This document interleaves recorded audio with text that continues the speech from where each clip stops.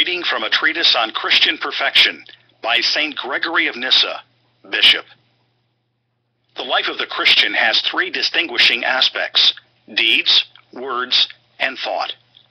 Thought comes first, then words, since our words express openly the interior conclusions of the mind. Finally, after thoughts and words, comes action, for our deeds carry out what the mind has conceived.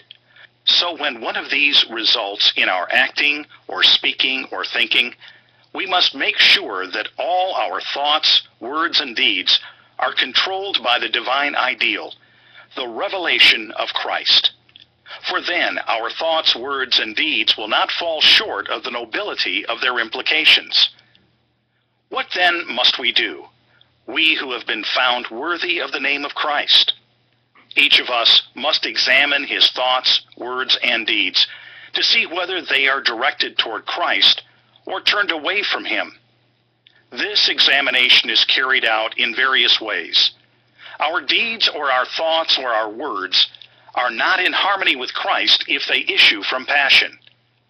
They then bear the mark of the enemy, who smears the pearl of the heart with the slime of passion, dimming and even destroying the luster of the precious stone. On the other hand, if they are free from and untainted by every passionate inclination, they are directed toward Christ, the author and source of peace. He is like a pure, untainted stream. If you draw from him the thoughts in your mind and the inclinations of your heart, you will show a likeness to Christ, your source and origin, as the gleaming water in a jar resembles the flowing water from which it was obtained. For the purity of Christ and the purity that is manifest in our hearts are identical. Christ's purity, however, is the fountainhead. Ours has its source in him and flows out of him. Our life is stamped with the beauty of his thought. The inner and the outer man are harmonized in a kind of music. The mind of Christ is the controlling influence that inspires us to moderation and goodness in our behavior.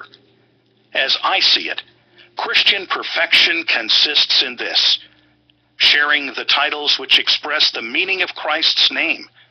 We bring out this meaning in our minds, our prayers, and our way of life.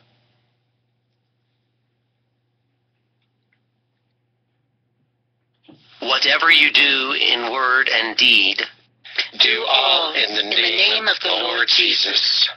None of us lives just for himself, and none of us dies for himself alone. Do all in the name of the Lord Jesus.